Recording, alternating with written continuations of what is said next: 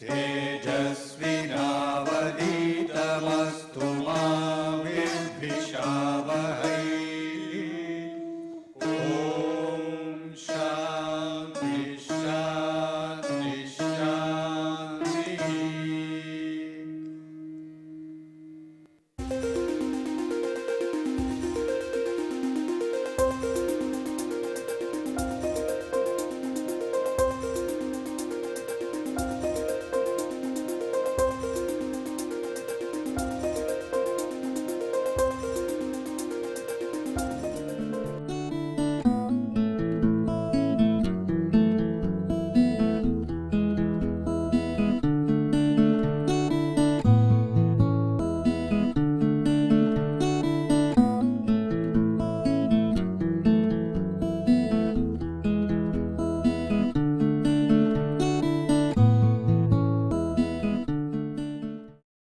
Last class we were looking at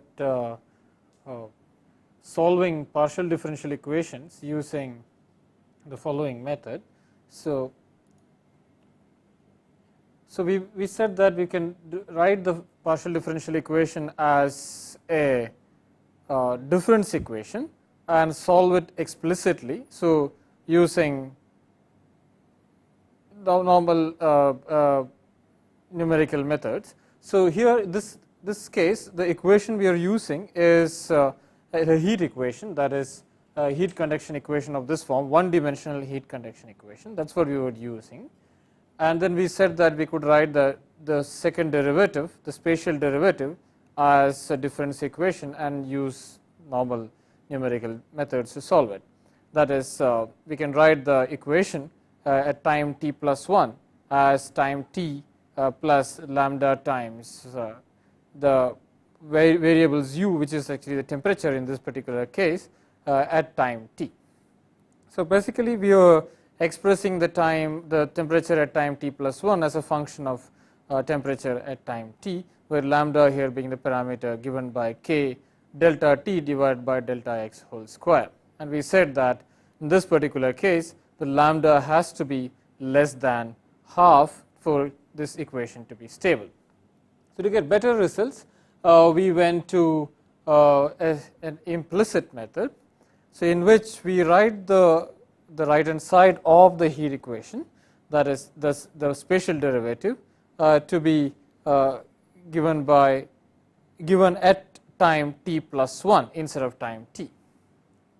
So then the time derivative, the first derivative, is now written at the difference between the variable at time t plus 1 minus time t at one spatial point L here, and the right hand side, that is the spatial derivative, now written at time t plus 1 with using the variables at L plus 1, L and L minus 1 for the second derivative. Now these equations can be solved by using standard algorithms which we use for solving set of linear equations, which we would write this at every lattice point, and then you got a set of linear equations which can of this form, right, and then which can be solved for ul minus 1 at t plus 1, ul at t plus 1, ul plus 1 at t plus 1. So you get a tridiagonal matrix which can be inverted using standard techniques which you had learned in the previous classes. So now we could now we saw that there is a different implicit method which we call the Crank-Nicholson method, in which the right hand side is now written at both time t and time t plus 1. That is, we take the mean of the derivatives, the second derivative of the spatial derivative at time t and time t plus 1, and we take the mean of that as the derivative. So now the equation, which is del u by del t, is equal to, now we said lambda times k times del squared u by del x squared. So now this equation, this side is now written at both at u time t plus 1 and time t. So this equation we write as t plus 1 minus u at time t at both at the same L divided by delta t, right, and the right hand side we would write as u at time t L plus 1 minus 2 u L at time t plus u at L minus 1 at time t divided by delta x squared, and then plus u at time t plus 1 minus u 2 u L at time t plus 1 plus u at L minus 1 at time t plus 1 divided by delta x squared with a half here. Okay, so now that is what we were writing. Okay, so that equation, so now this equation now again has to be solved using methods which we learned to solve linear equations, set of linear equations, but now the right hand side of this equation will have the variables at that is the variable u at L plus 1 L and L minus 1 at time t, okay, and that is used to determine the variables at L plus 1 L and L minus 1 at time t plus 1. So that is the Crank-Nicholson method for one dimensional heat equations. Okay, so now what we should discuss, what we will be discussing today is to extend these methods for a two-dimensional heat equation. That is, if you want to solve the case of heat conduction in a plane instead of just along a thin rod, which we have considered here. That is, we will be interested in looking at equations of the form k del squared u by del x squared plus del squared u by del y squared this time. Okay. So if you have to solve equations of this form, okay, then what is the method which we will use? So that will be what we will be discussing today. So we would use similar method as the Crank-Nicholson method, that is, we will split this at time t plus 1 and time t, and then we would use that to solve. Okay, but now we have a square grid. Okay, so remember, so we have, so let's say we have a grid and the plate is divided into a lattice of this form. So now every point now will be represented by, we will write an I and a j. Okay, so every point the temperature would be given now by ui comma j.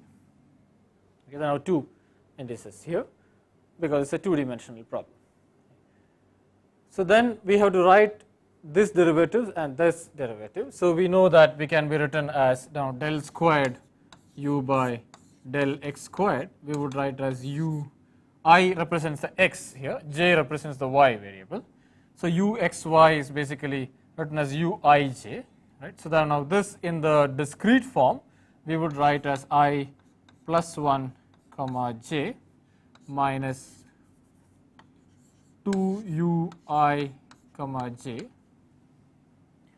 plus u I minus 1 comma j divided by delta x squared and del squared u by del y squared.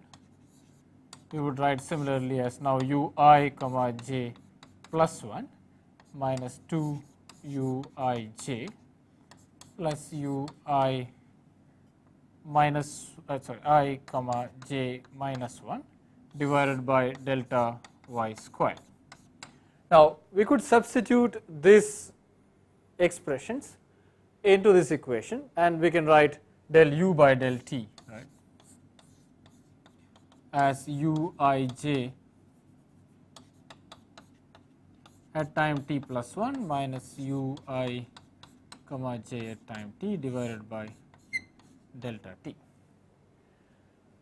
So as you can see that if you evaluate these derivatives at time t and substitute that here and then substitute this expression here, and if you take delta x equal to delta y, and this is exactly the same as a one-dimensional explicit method, and we can solve this rather easily.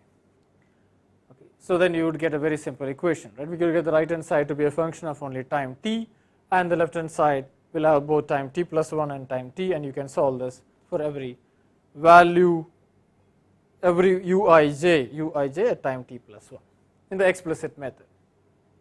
But we know that such methods are not very stable, right. So we have to use very small delta x, very small lambda. Okay. So and we have seen that explicitly in the case of one dimensional equations. So what we will be interested in here is looking at a implicit method for solving such equations, okay, and that is called the alternate direction. So that is called the alternate direction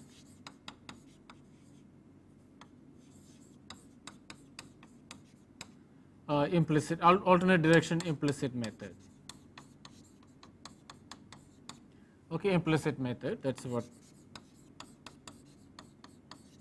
okay, normally known as ADI scheme. Okay, so we will be looking at an alternate direction implicit method, which basically mean that we will evaluate one of the derivatives at time t plus 1 and other derivative at time t, and in the next step we will evaluate this derivative at time t and this at time t plus 1. Okay, that's the method. Okay, so I will write that down here. So it's saying that we will evaluate this derivative, let's say, okay, at time we call it t plus half. Okay, so this will write as t plus half and this as t plus half. Okay, and then in the second case we would evaluate this derivatives at time t. Okay, and then so we will substitute this derivative at time t plus half here and this derivative at time t. Let's say, okay, so normally we do this the other way around, so I just write that here. We will write that as this as t plus half. In the first step we will write this as t plus at t plus half, okay, and then we take this derivative to be t plus half minus t in a delta t by 2.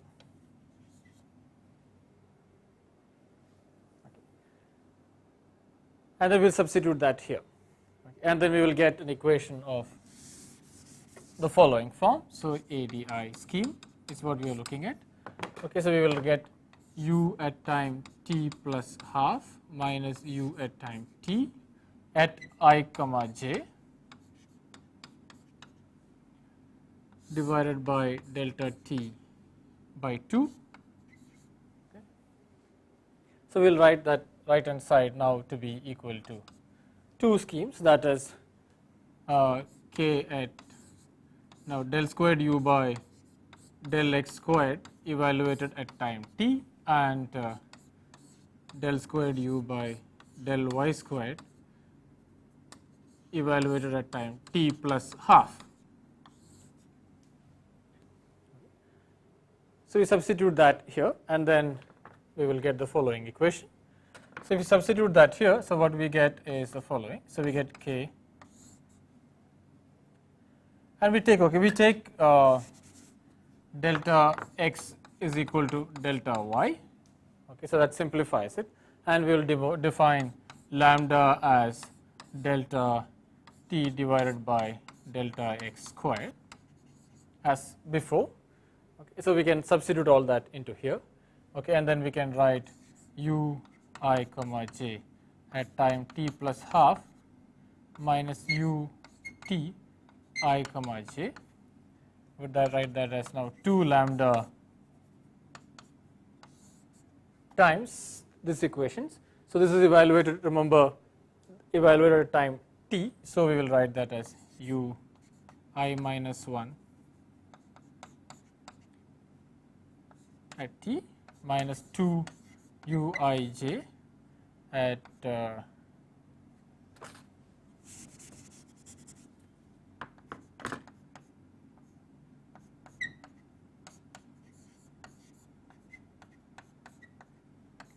time t plus u I plus 1 comma j at time t.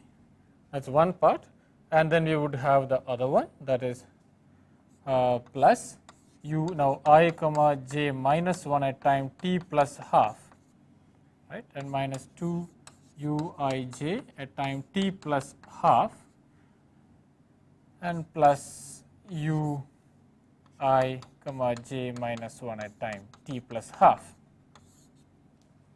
So that's the equation which we have. Okay, so now we will have this equation for every I and j. Okay, so which we can write, and so every I and j we have this equation as u I comma j at time t plus, so all these terms which comes on the right hand side. So this is the same as this equation. So which we can solve for u I comma j at time t plus half using again our methods which we have learned for set of linear equations. And we can see this most clearly when we actually program this. So we will get back to this equation again when we look at the program, how we write this in the matrix form. For the time being, what I wanted to tell you is that so now once we have done this step, okay, so now we have the equations, we have and we have solved this, we have the uij's at time t plus half for every I and j, and then we have to substitute that again into this equation for the next time step, and then in the next time step I will use in the next time step I will be using for the second derivative, so we will use u del squared u by del x squared as now ui minus 1 comma j at time t plus 1 minus 2 uij at time t plus 1 plus ui minus 1 comma ui plus 1 comma j at time t plus 1 divided by delta x squared, and for the first derivative, for the y derivative, we will stick to the half, that is u I comma j minus 1 at time t plus half and minus 2 uij at time t plus half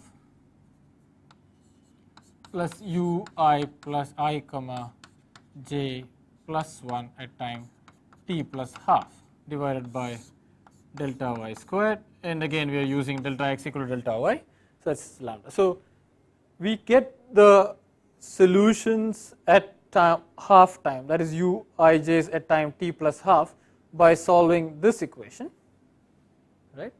So this equation we solve, equation 1 let us call it, okay. We solve this equation 1 and substitute that and use that to solve the next step, in which we will be writing u at time t plus 1 at I comma j minus u at time t plus half at I comma j as lambda 2 lambda times ui minus 1 comma j at time t plus 1 minus 2 uij at time t plus 1 plus ui plus 1 comma j at time t plus 1 plus ui comma j minus 1 at time t plus half minus 2 uij at time t plus half plus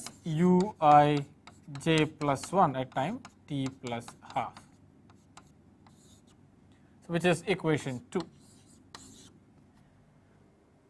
Okay, so we solve equation 1 first and get the u at t plus half by using the y derivative evaluated in the implicit way, y the x derivative evaluated in the explicit way, and then we put that, use that, and now get the x and use now the equation again, the same equation again, but now the x derivative evaluated in the implicit way and the y derivative in the explicit way. So we will alternate in the direction, okay, that is in this lattice first we go in this way, okay, using the y derivative in the implicit way, and then next time you will go this way using the x derivative in the implicit way. So at the end of these two time steps, okay, first doing first half and then the next half, okay, in the once with a y derivative in the explicit way, and the second case the x derivative in the implicit way, we get the whole equation in one time step. So, 2 half time step for one equation. So, we will see how this can be written. Both this equation, that is equation 1 and equation 2, can be written are a set of equations. For each ij we have to write this. So, it is a set of equations, okay, and both these equations can be written in the form of a tri-diagonal matrix equation, and that is what we would be looking at, and we will look at that when we are writing the program in this particular case. Okay, so, let us look at a program which actually implements this case, and then we have a much clearer idea of what is going on. So, here is a program. Okay, so we need now, first of all, we need to write this we have to put in the boundary conditions. So, let us put the boundary conditions which I have used here, as we have the temperature set at 100 here, and here it is set at 0, and the left side it is set at 75, and it is set at 50 here. Okay. So, all these nodes are fixed to be, so all these boundary nodes are fixed at that temperature, okay, given here. And let us assume that to start with we had all the other nodes at 0, all other nodes are kept at 0. Let us assume that, and then what we want to look at is how does the temperature in the interior nodes evolve as a function of time. So, now see, when we go to first in this, now what we do is we set up all the other thing equal to 0, okay, and accept the boundary nodes as put at this value. So, that is the first step which is done here. Okay. So, this is the top nodes, okay, so I put that as 100, and the bottom nodes at set at 0, and the left side nodes are set at 75, and the right side nodes are set at 50.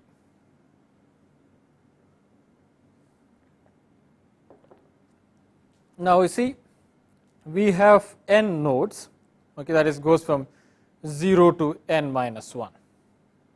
Okay, there are n nodes, and we actually have to solve only the interior nodes, right, that is n minus 2 into n minus 2.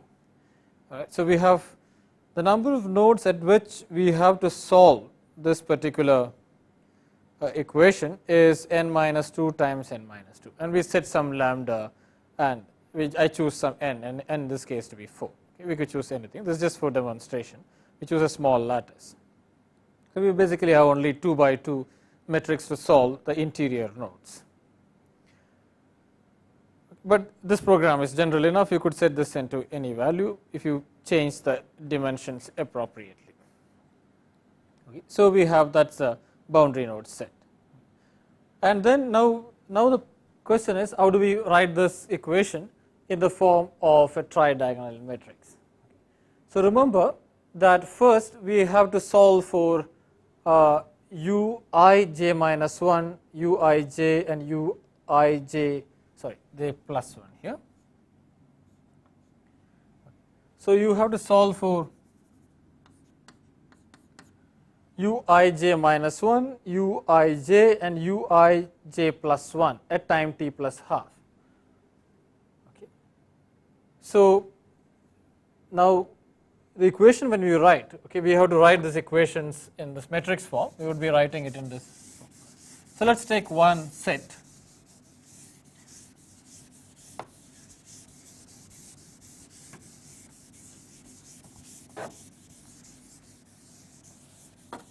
This is rather confusing, so please pay attention. So, this equation here has to be solved for uij minus 1, uij and uij plus 1 at time t plus half. That is what we have to write. Okay. So, this can be written in a simple matrix form, right. Okay. So, then we have a matrix equation. So, that equation would be of this form, right. So, if you have to solve just one of this equation, let us say we are solving just one of this equation, and then I would have ui comma j minus 1 at time t plus half and uij at time t plus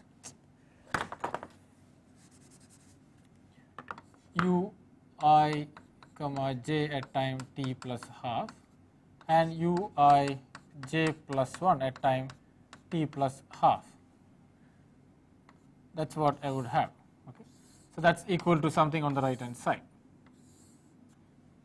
Okay. That is the kind of equation which I would have for one of these equations, just one set of this if I write, correct.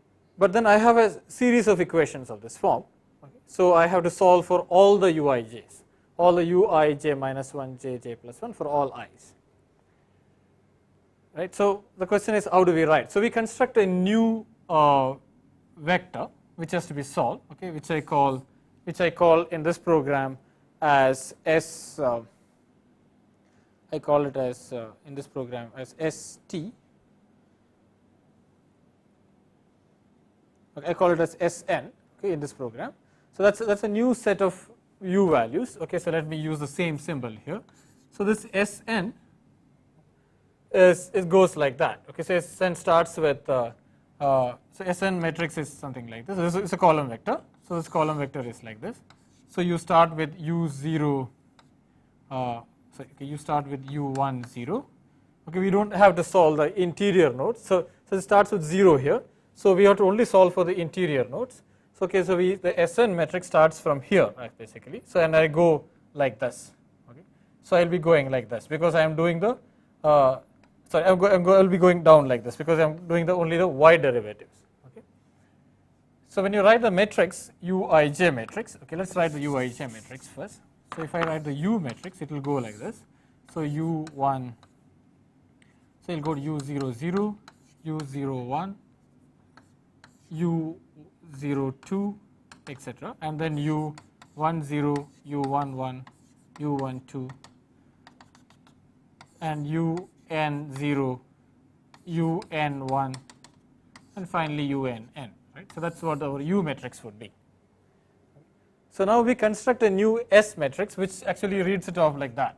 Okay, so that is we have a Sn which I call. Okay, that's a column vector which reads it off like this. That is, it will be u00, u01, u02, all the way down. Okay, and then again then u10, etc. Okay, so it ends with u, and it ends with unn. So u10, u11, and then ends with unn at the end. Okay.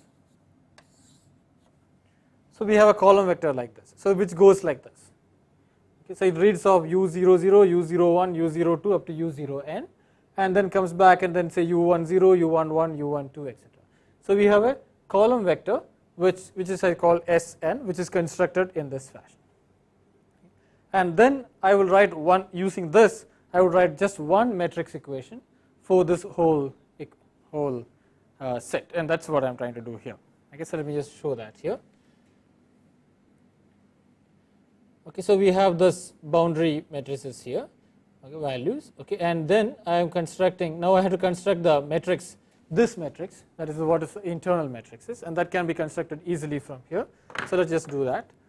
So if you write this in a matrix form, you would write this as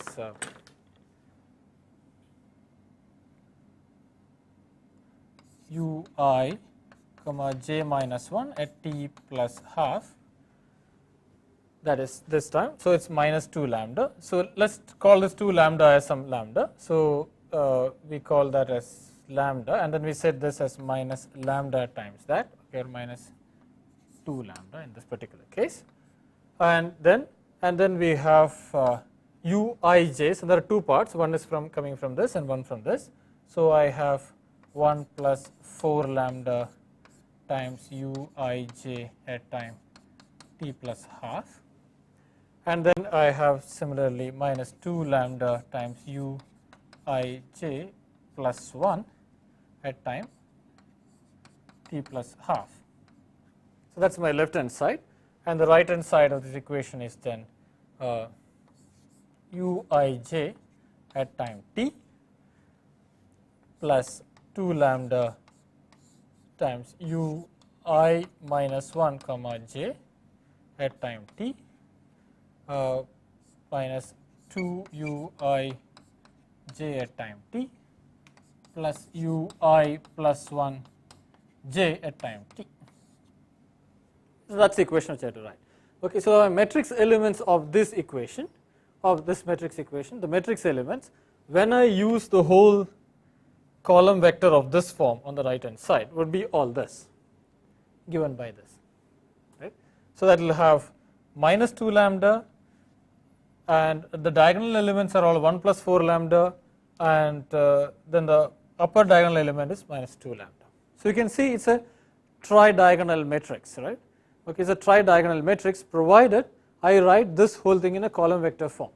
That is uij minus 1, uij plus 1 in the column vector form. That is, I have to read off, I have to make a column vector which reads it like this. Okay, so it reads off like this, and then comes back here and reads off like that, and then comes back here, reads off like this, etc. Right. So if I write all the uij minus 1, uij's and uij plus 1 in a column vector of this form, okay, and then I have the lower diagonal elements of the matrix as minus 2 lambda, the diagonal elements as 1 plus 4 lambda, and the upper diagonal elements as minus 2 lambda. So I have a tri-diagonal matrix, and the right hand side, this column vector would be given by this value, this is evaluated at time t. Okay, that's what we will have, and that's what we're constructing here. Okay, so this matrix elements dij, okay, remember, are not functions of u, right. So they are not functions of u, they are simply minus lambda. So in this program, I had set the value, what I set is the value is 2 lambda, as what I call lam is actually 2 lambda, because it only appears as multiples of 2 lambda. So I can call what I call lam in the program is just this 2 lambda. So the lower diagonal matrix, okay, are minus lam, and the diagonal matrix is 2 times 1 plus lam, and the upper diagonal matrix is minus lam. So now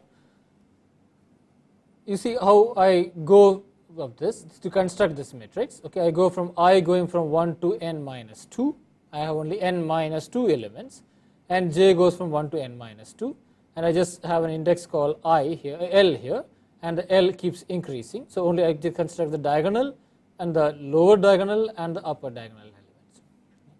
Of course, I have to treat the first row and the last row rather carefully, because in the first row, in the first row, that is when I am actually constructing the equation for this particular point, okay, the left hand side of this thing, okay, and the upper side of this, okay, has to be as special points, right, because they are my boundary points. Okay.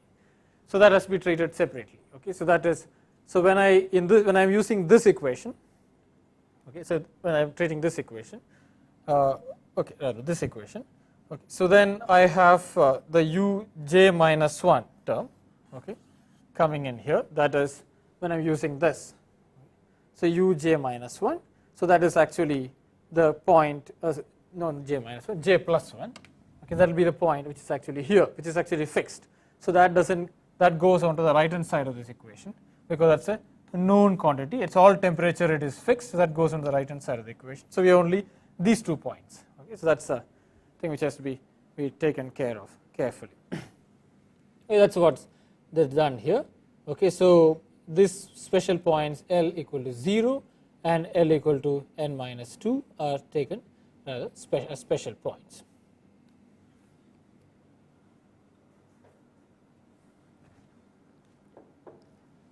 Okay, then we construct this matrix. Once we have constructed that matrix and we find the inverse of this matrix, and we have gone through this earlier, how do we find the inverse of this matrix? So I have a program, I have a function here which computes the inverse of this matrix, and then this here is a function which computes the inverse of the matrix and returns it back to the main program. So once we call this program, the matrix D will be replaced by its inverse. Okay, so remember, this is something which we have seen in the earlier part of the this lecture series, that when you can pass a 2-dimensional array as an array of pointers. So this has been passed here as an array of pointers, and this program actually replaces the D with its inverse. Okay, so when it calls it, what it returns here is actually the inverse of this matrix.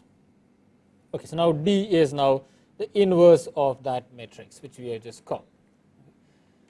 Okay, so now once we have the inverse of this matrix, okay, now this part of this program is actually constructing that column vector which we just now set. Okay, so first I initialize that column vector, so it goes from 0 to n minus 2 times n minus 2, actually minus 1, there should be another minus 1 here. Okay, so now this is another thing which will be rather confusing when you do the C programming. So you all the array starts with 0.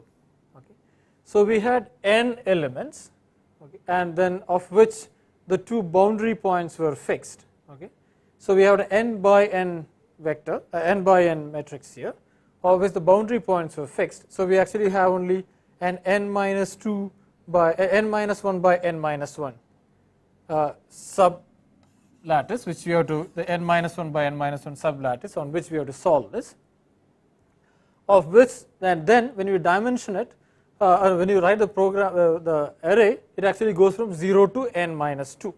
Okay, so the number of elements will be n minus 2 times n minus 2 minus 1.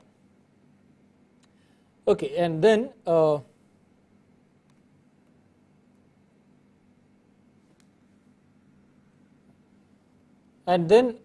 we construct this matrix in two sets, right? So first we have to make this matrix here. Okay, so to make this matrix I use this one. So let's forget this particular line for the time being. It comes in the second time step. Okay, so now first time step, so let's say time step 1. Okay, what we need to do is to construct this matrix Sn, okay, the column vector.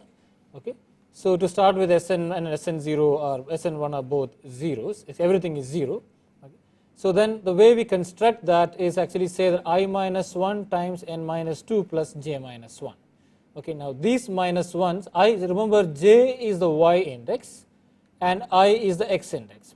Okay, now these minus 1s appear here only because it's a C program and everything starts with 0. Okay, so and there are n minus 2 elements in each of them. Okay, so this minus 1 appears here because it's a C thing and it starts with 0. Okay, so the first, when I said I equal to 1, j equal to 1, it should be actually the 0th element, right, not the first element. Okay, so that will be that's what it will give. So I equal to 1, 0, j equal to 1 means it's 0, LC is 0, and then j equal to 2 would give me LC equal to 1, right? And when j goes to n minus 2, we have n minus third element. Okay, so that's what it is. Okay, so we are taking this quantity here. Okay, start with 0, 1, 2. So when n is, so we have, and then once this reaches n minus 1, and then we switch the first element and goes to the next one. That is, first you run along all j's, and then you start with the next element of u. Okay, so let me write it more explicitly here. So let's say we have only 0, 1, 2, and then the next one would be u1 0, u1 1, and u1 2. Right? So it'll keep going like that, and that's what we are doing here. So this LC. So it's actually constructing this matrix. To start with, it's all initialized to 0. All interior points are initialized to 0, as I said earlier. So that's done outside the time loop.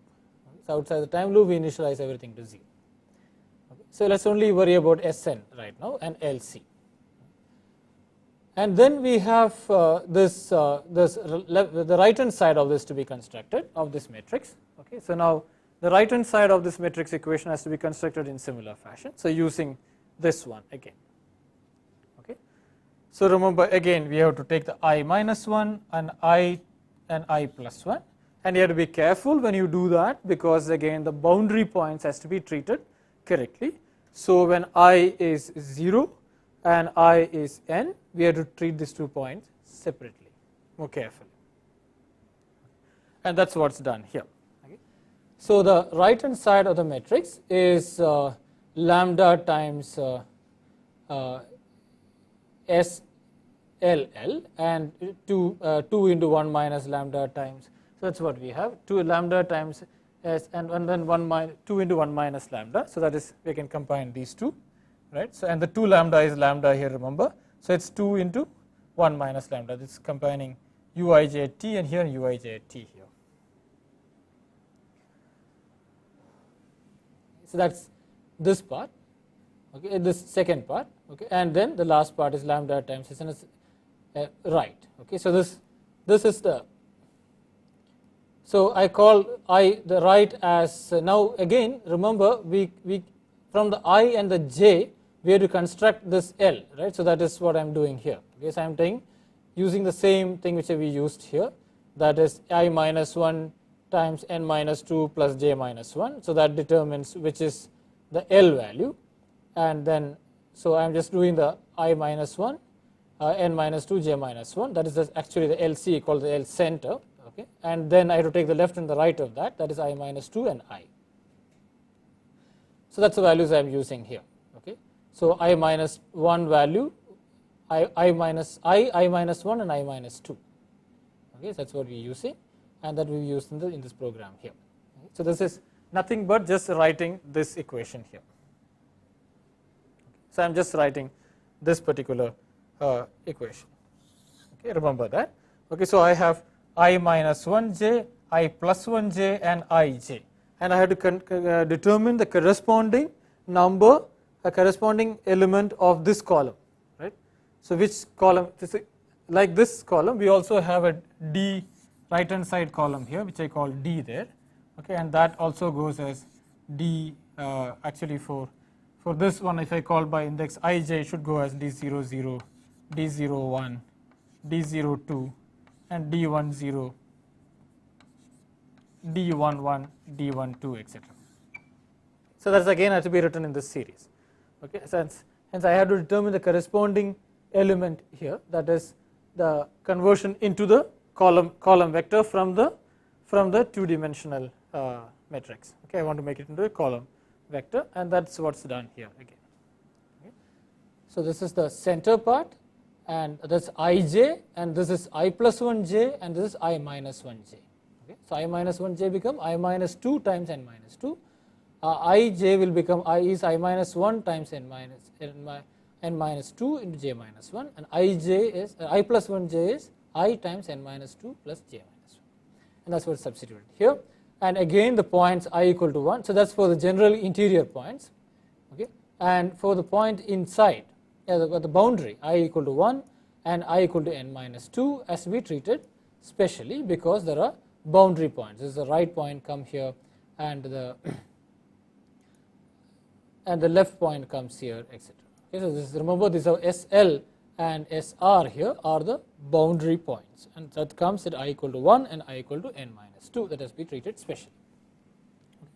So once we have done that, so once we have constructed the right hand side and the left hand side of this matrix equation, okay, so we can solve this. Now remember D is now already the inverse of that matrix, okay. So we have constructed the whole left hand side and the right hand side of this thing, and we also found the inverse of this matrix, okay. So we know now we can determine this at time t plus 2 by multiplying the right hand side vector here, which is D, by the inverse of this matrix M. So this is D, and this is now M, and this is S, our matrix, okay. No, this is capital D, and this is our Sn matrix, this one, okay. So we take the D inverse and multiply it to D by the D inverse, and then we get Sn, which is the value of use at time t plus half. Remember, it's at half because we have used only the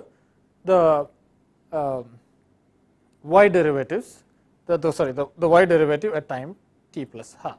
Okay. So we only construct the y derivative in the implicit way. So we are still taking the x derivative at the explicit way in this method. Okay, so that's the first part of this equation. So we have got the new Sn values, right, by multiplying this matrix D, this little d by the uppercase D here, which is the two-dimensional matrix,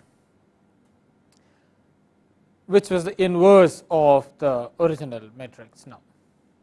So once we have the new Sn values, we have constructed all the values at half time. Okay, so now we have all the values at half time. So now we go to this particular equation. Okay. So now this equation can also be written just like what we have written in case of equation 1.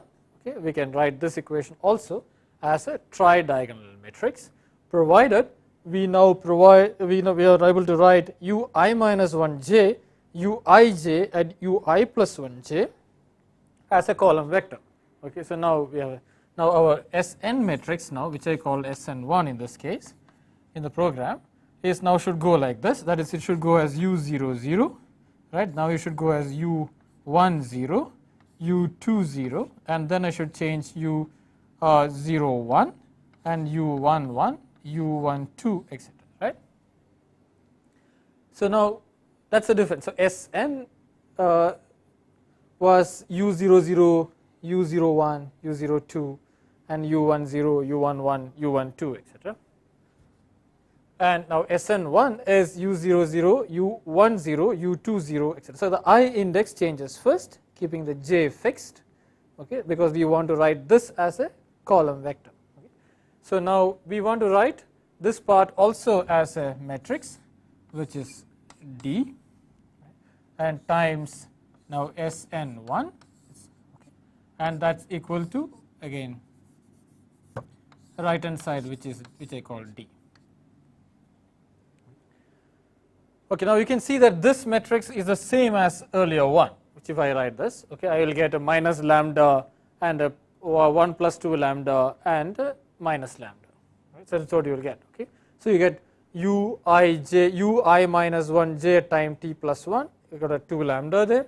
Okay, and a uij time t plus 1 will have one contribution from here and one contribution from here, that is 1 plus 2 lambda, and then you have a ui plus 1 at j, which is having a 2 lambda. So this is exactly the same as equation 1 if you look at this. It will be exactly the same as this, no difference. Okay, only thing instead of j's now it's i's which are varying here. So we can write this matrix in this form. Only thing we have to change is we have to change the Sn ones now. Okay, now that has to be organized in the column vector of this form. Okay, that is now u00, u10, u20, u01, u11, u12, etc. Okay, so that's important. Okay, so but now remember we have got the values which you are going to use on this side. Okay, so that is for this quantity. Okay, also has to run the same way. Okay, so we have to remember this thing which we have got. Now the half time step u values we got as Sn.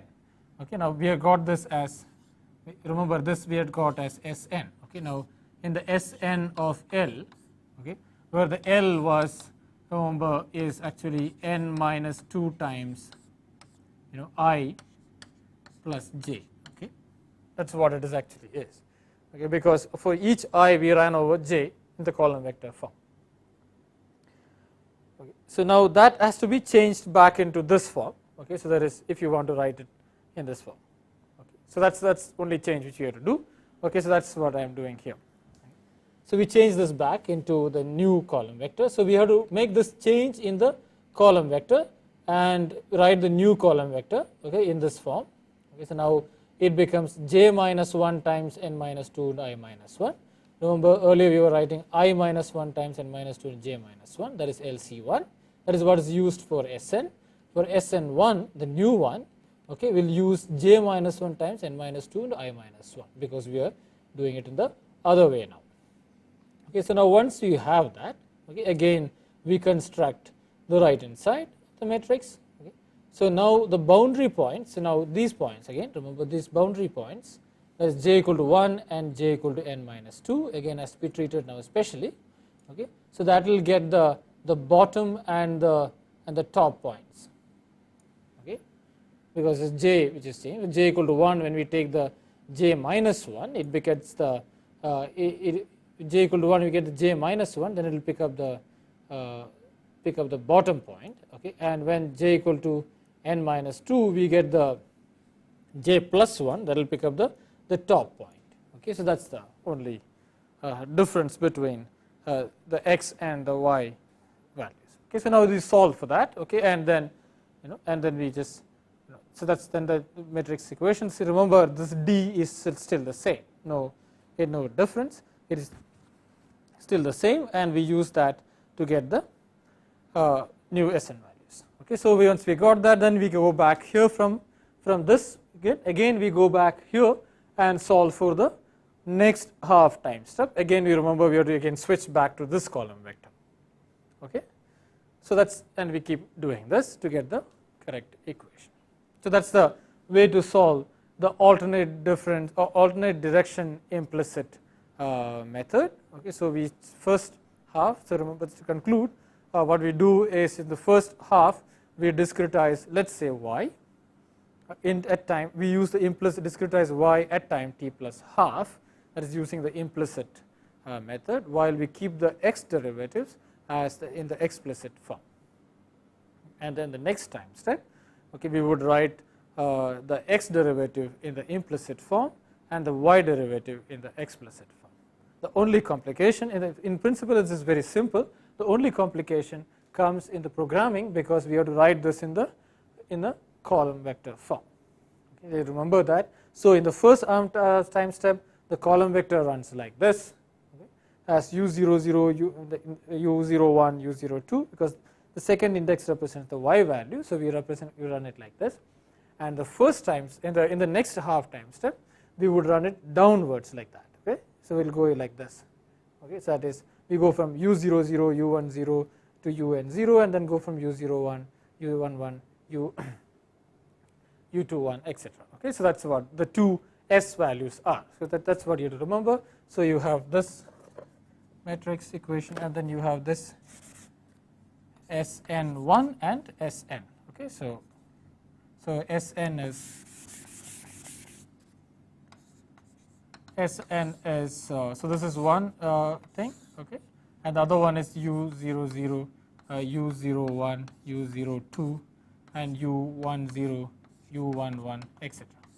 Okay, so remember this if you remember that if you have to write this in these two different forms when you do the two different steps, that is the implicit y step and the implicit x step, you have to do this, you have to make this changeover. Then the program is extremely simple. The D matrix, that is the left hand side matrix, is the same for both of them. Okay, and which can be constructed in the beginning of the program, and you can find the inverse of that and keep it, and you don't have to change this matrix in the time as the time proceeds. That makes it extremely easy to evaluate. Okay, this is the most time consuming part for large n values because you have to find the inverse of a large n by n matrix, and that's the most time consuming part, but that has to be done only once in this case. Okay, so that brings to an end the